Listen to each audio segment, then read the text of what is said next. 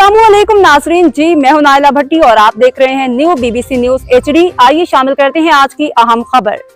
Sanghar bureau chief Mohammad वकार भट्टी भारत का जंगी जुनून खाक में मिलाने पे पाक फौज को खराज तहसीन पेश करने के लिए मदरसे के तलबा की जानिब से MA जिना रोड पे प्रेस क्लब तक रैली निकाली गई। सांगड़ रैली में मदरसे के नन्हे बच्चों ने हाथों में पाकिस्तानी परचम थाम पे फौज से इज़हार यकजहती की। सांगड़ रैली के शुरका नन्हे बच्चों ने हाथों में परचम थाम के पाक फौज जिंदाबाद, पाक फिजाइया जिंदाबाद के फलक शिगाफ नारे बुजलित भारत मोदी जो गरूर करता था हम एटमी ताकत हैं, उनकी ताकत को खाक में मिलाने के लिए पाक फिजाइया ने हश्र वहश्र का जिंदगी भर याद रखेगा।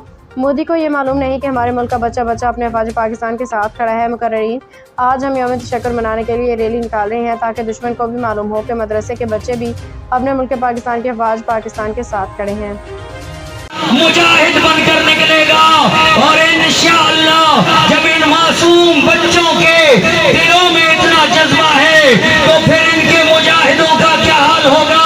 हम पाक फौज को खराज तहसील पेश करते हैं, अफवाज फौज को सलाम पेश करते हैं और हम उन्हें यकीन दिलाते हैं कि हमारे पास ईमान है, हमारे पास कलमा है।